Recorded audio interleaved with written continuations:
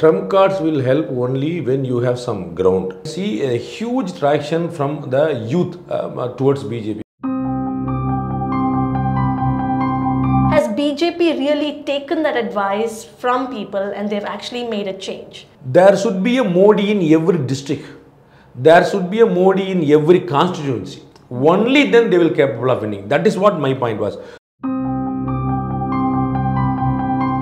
The election commission rule that the code of conduct says you should not carry more than 50,000 rupees without documents. You're saying that connection itself is not proven. The connection might be there. There was a lot of cartoons going on where, she's carrying a sack of money. So it was visualized that she was horrible. She was stealing public money. In Tamil Nadu, the media is highly influenced by DMK and DK and communist people. If we come to power, we will remove all the toll booths in India. That is very fascinating promise. That will not affect the Indian economy in a direct way. 35 years of Marxist Communist government and 15 years of Didi Mamta ji, and there is no full stop for violence. If we can point out one big mistake that Congress is doing. They are not understanding what mistake they are doing. That is the great.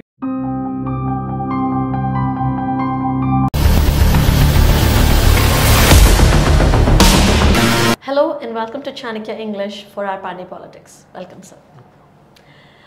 So, sir, to start off today, let's talk about the recent roadshow Modi ji was here for at T Nagar, Pandey Bazaar.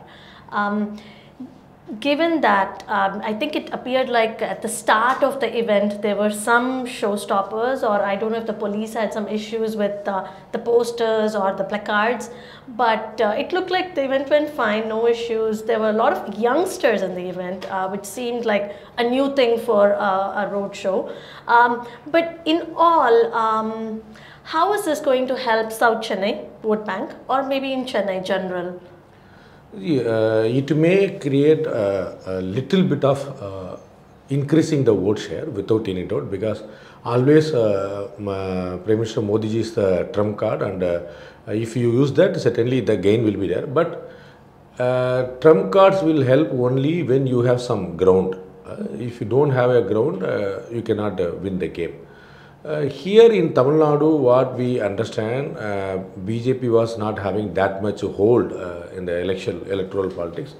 Nowadays, last we can call it over 5 to 7 years, they are getting good momentum, and after the presidency of Mr. Annamalai, it's getting huge traction here. So obviously this will work. The initial hiccups in the roadshow of Honorable Prime Minister Modi ji, that was created by Tamil Nadu police. The thing is, the election is conducted by Election Commission, but they don't have their own manpower. They have to hire from the state government, the respective state governments. So the power is with Election Commission, but the executives, the people who are going to execute the power, they are from the state governments. Yes. So obviously they will think and they know that for 2 more years there is going to be DMK government in Tamil Nadu. So if we give free hand to BJP, that may cause disturbance to themselves. So whatever it is, if there is any request comes from BJP, either it's Prime Minister Modi's roadshow or JB Nadda's roadshow or even for Amit Shah, anybody, if there is any, even they have denied permission for our own shows. When we tried to conduct a debate show in Coimbatore, we were denied permission. So this is what they think. If there is anything related to BJP, just dismiss. Then let them go to court. The court will ask the officers to reconsider. Then we will approve it. Only then they can tell the masters in Tamil Nadu that we have not approved that. Only after the instruction of court we were supposed to oblige. So that is what the stand here. So that is how it happened for Prime Minister Modi's roadshow also, and later they were able to manage. as you rightly mentioned, we can see a huge traction from the youth towards BJP, because there is a huge need of third alternative from the AIDMK DMK. It is there in the people's mind of Tamil Nadu from 1991. It is not a new one, but there was no opportunities, there was no alternatives. Even some party come, they again join hands with the AIDMK or DMK. So there is no real time alternative. That is how Mr. Seeman, who is running Nam Tamlar Katchi here, he was getting huge momentum. In 2016, he got 1.5%. In 2019, he got 3.5%. In 2021, he got 7.7%. So he was doubling his vote shares. So that clearly shows there was a huge need of a third alternative, which will not tie up anyway with AIDMK or DMK. So that is what tapped by BJP now.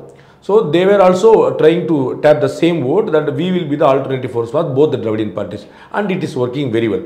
Of course, we know very well that Mr. Seeman from Nam Tamlar Katchi is a Tamil nationalist. So his most of his ideas are extreme level. So the people, of course, people of Tamil Nadu always go with the national stream, and they always wanted to have a peaceful life. So they were also waiting for that, but of course, because they were not having any other option, they were supported by NTK also. Now, when BJP started its forceful re-entry in Tamil Nadu after Annamalai's presidency, they thought, okay, this is what the party we were willing to. So now it is matching in a beautiful way, and the party is doing the right thing, and people are appreciating it in the right way. So Tamil Nadu, in BJP in Tamil Nadu is getting a huge momentum, which will reflect in this election. At least 5 to 7 opinion polls says that they will get at least 15.5% as alliance, and they may go up to 22.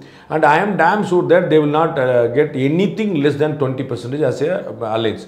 So previously they were kidding the BJP that they are a party of Noda, and they were getting only 3% vote, they were getting only 5% vote. Yes. Now, of course, even if they agree, even if we agree that they were getting only 5% of votes, now they will secure at least 20% as a whole, and that is going to be huge momentum. It's a great beginning for BJP in Tamil Nadu. Sir, I think a year or even 2 years ago, you made a statement about BJP saying that Modi was the only prominent leader and there was nobody else to really stand up and say that, hey, we are BJP and we, if anything, other leaders can pick it up and go. But in your recent interview, in a Tamil interview that you gave, you actually said, made a statement that shows as though there has been a change. Now there are more leaders in BJP. So if one falls apart, there's another. And you know, there's that chain. So, you know, it's not just one person. There's a ladder of people who it could fall to. And you've listed a couple of people, Annamalai ji, Tejasvi Surya, and we've got Rajnath Singh. So a couple of people there. But so from that statement, I'm trying to make an understanding around it, is that has BJP really taken that advice from people and they've actually made a change? This is a small confusion. See, BJP was always having alternative leaders. Okay. They are relying on Modi ji now. But previously they were relying on Vajpayee ji and later on Advani ji. So during the Modi years. Even there, they were relying on one person, but they will have the huge team to support the boss. Advani ji or Vajpayee ji or Modi ji, they will be the face of the party. But only with the face you can't live and you can't survive and you can't succeed. No way of talking about that. Right. So you need brain, you need heart, you need kidney, you need liver, you need everything. So you need to have everything. So that sort of arrangements they were having from day one when they started the party itself. Okay. So when they projecting Vajpayee ji, they push Advani ji as a deputy prime minister. So they were setting the hierarchy, who will be the next. And they faced the election and the leadership of Advani ji also. And they were promoting Mr. Pramod Mahajan as a third person. But incidentally, ironically, he was killed by his own family issues and later. So now they are promoted Mr. Modi. Even when Mr. Modi was selected in 2013, the end of the 2013, On that same period, more leaders were considered for this Prime Minister's post. Right from Advani ji and Rajnath Singh and Sushma Swaraj and Nitin Gadkari, Venkaiah Naidu, Raman Singh from Chhattisgarh and Shivraj Singh Chauhan from Madhya Pradesh. At least a dozen of leaders were considered for this. On that period, Mr. Advani ji said, BJP is the party of leaders. We have that much competitive leaders who can run the country and rule the party. So that is how it was seen. So among them, Mr. Modi was elected finally, and even now they were having the hierarchy. Right from Mr. Modi ji, next we can see there is Mr. Amit Shah, and there is Yogi Adityanath, and Nitin Gadkari ji is also there, and Rajnath Singh is capable of all those things. In all the age groups, that start from Devendra Fadnavis is there, Annamalai ji is there, and Tejasvi Surya is there. From the age of 30, 40, 50, 60, every 10 years they have promising leaders, and the great gentleman from Jammu Kashmir Union. So they never rely on single person. They will bet on single person. They will focus on project one person, but they will never rely on single person. That is the basic structure of BJP. Okay. That comes from RSS. So even now they are having at least leaders for next 50 years. And even if there is any collapse in this leadership hierarchy, they are capable of having other leaders also. So they never rely on, even in Tamil Nadu, we have at least 1 dozen of alternative leaders who can replace Mr. Annamalai. So that sort of capacity is there with the party, and that is what the party always introduces. What I was telling, the party may rely on one person or multiple person, but the cadres and public should not rely on one person. There should be a Modi in every district. There should be a Modi in every constituency. Only then they will be capable of winning. That is what my point was. So now, see, Modi ji is a great running cheetah, horse, lion, tiger, you name whatever it is. But there is a say in Tamil, there is a Tirukkural in Tamil, Peelivai Sahadum Achirum Appandam Sala Mihuttupen. Even a small feather of peacock, if you dump it for as a tons and tons weight, as the same thing. So if it is a single leaf, that will be entirely different. But if the same thing that becomes tons and tons, you cannot handle it. So relying on single person, that may cause damage to the party. So we have to create lot of Modijis. We have to create lot of Annamalais. We have to create lot of more than what they already have, you're saying? Because they are all people capable of doing this. We have to give opportunities. Only say everybody will have a beginning. In 2001, we were not aware of who is Mr. Modi. When he was given a chance, previously he was not even a councillor, not even an MLA, never been an MP. So directly he was appointed as a chief minister on that day. So we gave the country and the party gave the opportunity to him, and he was capable of managing that, and he successfully won consecutive 3 elections. Later he became prime minister, and now he is proving his capacities. So only when you give opportunities, for every success there should be a beginning. So without beginning, without a start, you cannot finish the match. So we have to bet on people, we have to rely on more people. We need more Modi, we need more Annamalai. That is what my point is. Okay. And sir, just yesterday morning, I think they did this ED raids on a lot of locations, 35 locations relating to Jafar Sadiq, the drug racket, that case that's been going for months right now. But because it's ED raid, are they suspecting some sort of a terror link here, or do you have any insider story on this? If there is a terror link, NIA will come there. Okay.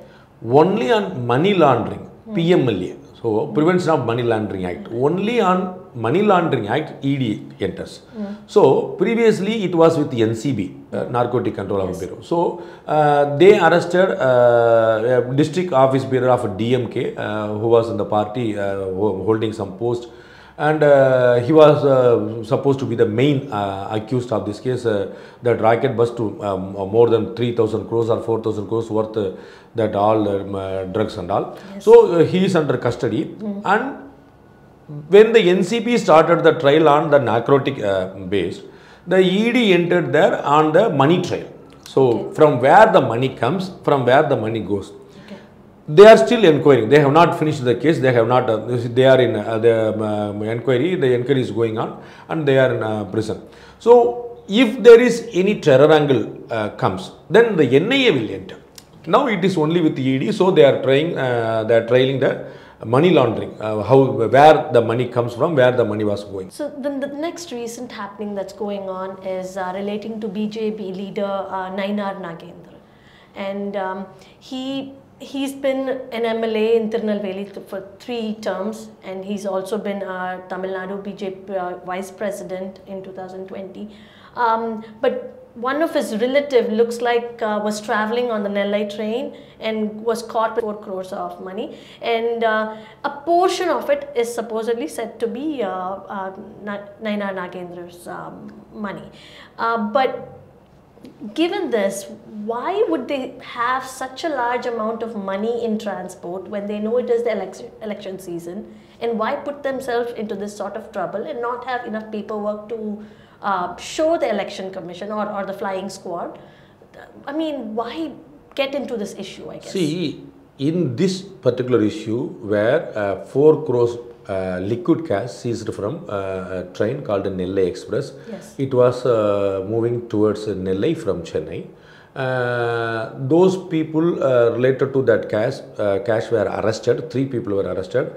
They were not relative of Mr. Nainar Nagendran. Okay. It is said to be connected with Mr. Nainar Nagendran, who is the leader of BJP legislative party in Tamil Nadu, and he is contesting for the Lok Sabha elections also. See, possessing liquid cash in hand is never been a crime in India. So you can have 100 crores liquid cash in your house. Only thing, you should have an account and proper papers for that. That's it. Yes. How you got that money, from where you received the money, for what purpose you are having it, that's it. So carrying 4 crore rupees, even this election season, is not a crime. Okay. You should have proper papers and documents for that. That's it. The election commission rule, that code of conduct says, you should not carry more than 50,000 rupees without documents. Correct. It doesn't say that you should not carry money. You should not carry money more than 50,000 without documents. Yes. So even now you can carry 10 crore rupees in your hand. You have to show the papers, that where you withdrawn from and where, for what purpose you are taking it to. Correct. Might be for a marriage, might be as a loan, whatever it is. So you can carry it. On that case, it is said to be there was no proper papers and documents. So if there is the amount or things seized more than 1 crore, the election commission will hand over that case and money to the income tax department. Okay. So they have handed it over to them. So if the income tax department will deal the case, and if they show the proper accounts, they can get it back. People are getting it back as it is. In other cases, not in this case. So now people purposefully dragging Mr. Nainar Nagendran's name, because they say that those persons were working in a hotel related to him, which is located in Chennai. So you're saying that connection itself is not proven? The connection might be there. Okay. There is no matter of whether we are proven it or not. That has to come only through court. Okay. We cannot prove anything. So people are saying that those persons who were carrying the liquid cash were working in Mr. Nainar Nagendran's hotel. Okay. So that they are connecting that it was supposed to use for Mr. Nainar Nagendran's election purpose. Now, what I see, you may work somewhere. Correct. You may have a political affair and political link and political sympathy towards any party, okay, and you may work for the party too. Just because you are working for that party, I should not blame that institution itself, that where you are working, the institution itself supporting that person. It is your individual right. Yes. So those guys who were working for Mr. Nainar, who might be working, I am not aware, who might be working for Mr. Nainar Nagendran as a hotelier, and they may work for any other party, I don't know. So it has to be proven in 2 ways. One, in income tax department, they have to show whether it's Nainar Nagendran's money or other person. He is categorically denying that. I have no connection with that. He's on air, he said that. I don't have any connection with that money. That is not my money. He is clearly said. So now it is So it is others' duty who are blaming Mr. Naina Nagendran. They have to prove that it is his money. Otherwise, that money will sit idle and nobody can claim. The best example is 2G case. The whole country was blaming Mr. A. Raja for doing that scam and all this. Now he is acquitted on that case. That is the current legal position. So what was happened to the whole comments, the mind-boggling 1,76,000 crores and all. So anybody can put allegations on anybody. We accept it. But only when it is proven in the court of law, we can blame them. That is my stand here. Okay. So Mr. Naina Nagendran categorically denied that it is not his money. Now we have to see, is there anybody is claiming that, whether the court is getting proofs or the income tax department getting some things, and we have to see. And I was told later income tax department raided related to place of Mr. Naina Nagendran and his relatives, and they didn't find anything else. Okay. So we have to wait and watch for the final results. Okay. So I'd like to just briefly talk about a case that not many people are bringing up, is that sacks of money were found in a medical college mortuary. And it was related to a DMK member. And when the same thing happened, or not really the same thing, but when disproportionate assets were found for prior former CM Jayalalitha, there was a lot of cartoons going on where, you know, she's carrying a sack of money and huge monies are falling out of it. So it was visualized that people saw it and they had this distrust that she was horrible, she was stealing public money.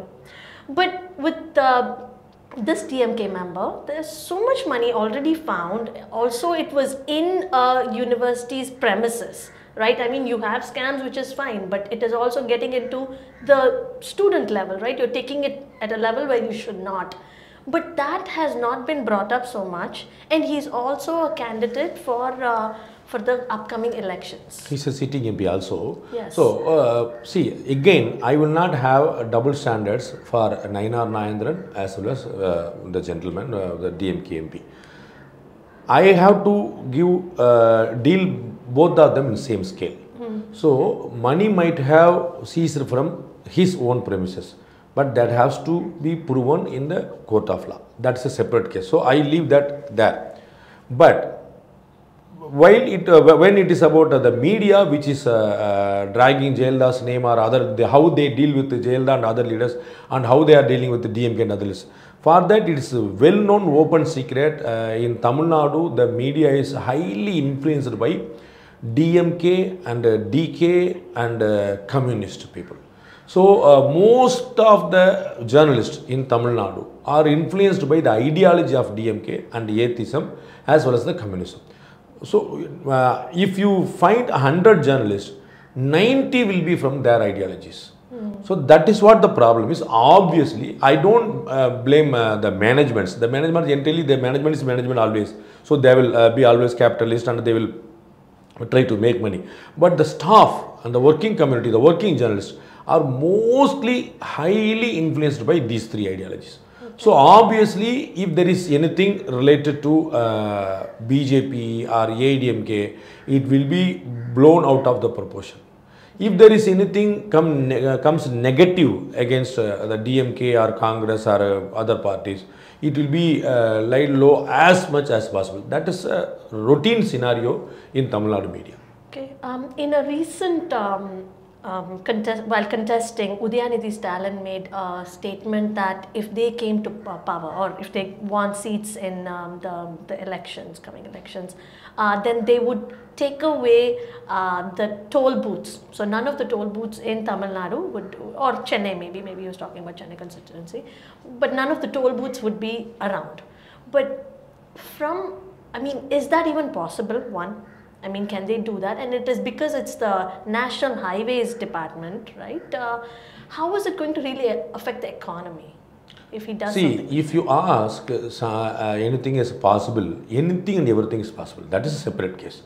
But whether they will form, the IND alliance will form the government. Only, see, Mr. Udayanithi Stalin, the sitting minister from DMK in Tamil Nadu, he is promising to the Tamil Nadu voters that if our government comes to power in Delhi, that IND alliance related with the Congress, If we come to power, we will remove all the toll booths in India. That is very fascinating promise. Even though every Indian enjoys the highways, the cleanliness, the speed, the road, look and feel and road, the everything, they will hesitate to pay money for that. That is obvious one, common man's psychology. So if somebody is promising that we will remove that toll gates, obviously it will attract the public. But whether they are going to form the government, no. Whether Congress is going to rule the country, no, for next 15 years at least. So this is not going to happen in the near future, but that poll promise, it is very promising. And that will not affect the Indian economy in a direct way, because the toll booths are run by public and private partnership. Mostly private agencies, private companies are dealing with, whether somewhere it's L&T, somewhere other companies, they are laying the roads and they are collecting the toll, and they are giving some tax to the government. So mostly 90% of the revenue of the toll booths goes to the private, because they only laid the road. Okay. After few particular years, how the memorandum of understanding says, after those particular years, they will hand it over to government, central government and highways department. So now, even though it is maintained by highways department, it is actually run by the particular company. So you can see, and all the toll booths, you can see the name of the particular company, might be private limited, might be public limited. So roadways, tollways, all those names, you can see the. So it is run by private companies only. 90% of the toll revenue goes to private only. Okay. So only as a tax or some extent of revenue comes to government. So after 15 or 20 years, they will again hand it over as it is to the government. And now even in Tamil Nadu, most of the companies were running that toll booths even after the years. So later the activists, social activists found out the things, and we removed a few toll booths. So if you promise that we will remove toll booths, that will be very fascinating. It will be very much attractive, but that is not going to change the voting pattern. That is not going to happen, because IND government is not going to come to power. And just like your predictions, I think Prashant Kishore also is saying that this time not only is BJP going to win, but there's going to be a big difference in Tamil Nadu and West Bengal as well. It's going to be it's going to do very well in Tamil Nadu and West obviously Bengal. That is what we were telling from the day one. That is what I was telling, that at least not less than 5 to 6 predictions, opinion polls and all, they were all saying the same thing. Obviously, people are very much frustrated in West Bengal. Consecutive 3 government of Mamata Banerjee, no way different from previous Marxist government. In Marxist government also, for all those 35 years, it was only with violence. Actually, we were calling the Bihar, UP Rajas as Gundas Raj, Jungles Raj, and I see it is happening only in West Bengal. For last 50 years, 35 years of Marxist Communist government and 15 years of Didi Mamata ji, and there is no full stop for violence. They think that only through violence we can win. Even officers were unable to fulfill their duty, dispose their duty, and no role of central government is allowed there. Neither CBI nor NIA nor NCB, nobody were allowed to enter into the state, and she is doing she is running the government in a very worst way. Of course, people are aware of this. They were waiting for the right opportunity. There was no Congress, there was no Marxist. Then the people of the West Bengal left with no other option. Now BJP is having a strong hold in the state. They started relying on BJP and the betting on BJP, and they are getting seats in the numbers. So already in last election also, in 2019 also, they were doing very good. This time they will create a new benchmark there. They will surpass their own record. So as Mr. Prashant Kishore rightly predicted, it is going to be Modi centric and BJP favoring results in West Bengal. In Tamil Nadu, I don't think that sort of sweep will be there, but I strongly believe there will be huge growth in the vote percentage. So we have to increase the vote percentage, only that will convert, that will become a seat percentage. So now they are in a position, because previously they were not having their own ground, and this is the first ever election of BJP in Tamil Nadu facing their election on their own leadership. So they have faced a lot of elections, but under the others' leadership, sometime under ADMK, sometime under DMK, sometime under even DMDK. So this is the first election they are facing this election on their own leadership. There is multiple party alliances there in India, Tamil Nadu. So this is the first election. So they will increase the vote share for sure. We have to wait how much seat will be converted. If we can point out one big mistake that Congress is doing, which if they did it differently, maybe they would have had a better chance. What could that be? They are not understanding what mistake they are doing. That is the great mistake there. Okay. So they are not at all aware what they are doing. I strongly believe top leaders in that party, they are aware what is going on, what is wrong with them. But they were not able to talk anything, because the blame is on the top, in the first family of the Congress. So nobody dared to speak openly, and whoever spoke against that, they left the party, like Ghulam Nabi Azad and all those things, and Scindia and lot of leaders, young leaders, they already quit the party, or they are in the mood to be silent. So Congress High Command is not at all understanding what mistake we are committing.